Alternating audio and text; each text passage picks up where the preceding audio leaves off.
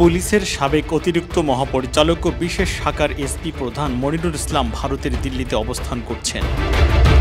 সেখানে একটি সুপার শপে গতকাল রোববার তাকে দেখা গেছে, তবে তিনি কিভাবে কখন গেছেন সে বিষয়ে কিছু জানা যায়নি।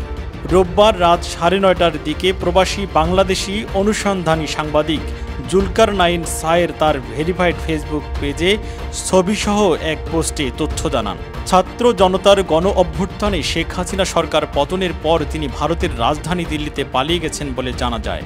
এর আগে ভারতের কলকাতায় ইকো পার্কে সাবেক স্বরাষ্ট্রমন্ত্রী আসাদুজ্জামান খান কামাল সহ আওয়ামী লীগের বেশ কয়েকজন নেতার দেখা মিলেছে বলে জানা যায়।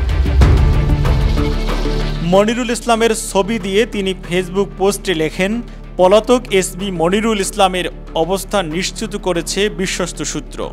ভারতের রাজধানী দিল্লির কনট প্লেসের একটি গ্রোসারি স্টোরে আজ বিকেলে মনিরুল ইসলামকে কিছু নিত্য প্রয়োজনীয় দ্রব্য কেনার সময় ক্যামেরা বন্দী করেন তিনি। আরও জানা যায়, ওই এলাকার উল্লেখযোগ্য সংখ্যক পলাতক বাংলাদেশি রাজনীতিবিদ এবং নিরাপত্তা বাহিনীর সদস্যরা বসবাস করছেন। বন্ধুপ্রতিম দেশ হিসাবে ভারত সরকারের উচিত হবে অনতিবিলম্বে এদের খুঁজে বের করে বাংলাদেশের যথাযথ কর্তৃপক্ষের কাছে হস্তান্তর করা। এ বিষয়ে India in Bangladesh high commission India দৃষ্টি আকর্ষণ করছি। তবে সম্প্রতি গণমাধ্যমকে দেয়া এক সাক্ষাৎকারে মনিরুল ইসলাম জানিয়েছিলেন তিনি পালিয়ে যাননি, পালিয়ে যাবেনও না। তিনি দেশেই ছিলেন, দেশে আছেন, ভবিষ্যতে দেশেই থাকবেন। মনিরুল ইসলামের বিরুদ্ধে এখন পর্যন্ত ডিএমপির বিভিন্ন থানায় 12টিরও বেশি হত্যা ও হত্যা চেষ্টা মামলা হয়েছে। গত 13 আগস্ট পুলিশের বিশেষ শাখার এসবি সদস্য সাবেক প্রধান অতিরিক্ত আইজিপি মোহাম্মদ মনিরুল ইসলামকে বাধ্যতামূলক অবসরে পাঠায় সরকার। অভিযোগ রয়েছে, বৈষম্য বিরোধী ছাত্র আন্দোলন দমনে ব্যয় করার জন্য গত 3 আগস্ট শেখ হাসিনা সরকারের কাছ থেকে 25 কোটি টাকা নিয়ে নিজের কক্ষে রেখেছিলেন মনিরুল। কিন্তু সেই টাকা বিতরণ করার আগেই 5 আগস্ট ছাত্র জনতার অভ্যুত্থানে সরকারের পতন হয়।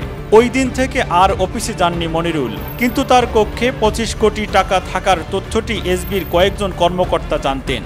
পরে সেই টাকা এসবির কয়েকজন কর্মকর্তা নিজেদের কাছে নিয়ে নেন। তারা এসবির কার্যালয়ের ক্লোজ সার্কিট ক্যামেরা ও ইন্টারনেট বন্ধ রেখে 6 থেকে 12 আগস্টের মধ্যে কোনো এক সময় মনিরুলের কক্ষ থেকে ওই টাকা সরিয়ে নেন। এ ঘটনা তদন্তে 3 সদস্যের একটি কমিটি গঠন করা হয়। পুলিশ সদর দপ্তর থেকে স্পেশাল সিকিউরিটি অ্যান্ড প্রোটেকশন ব্যাটালিয়নের ডিআইজি গোলাম কিবরিয়াকে কমিটির প্রধান করা হয়। কমিটিকে অতিবিলম্বে প্রতিবেদন জমা দিতে বলা হয়েছে। News today, Dhaka.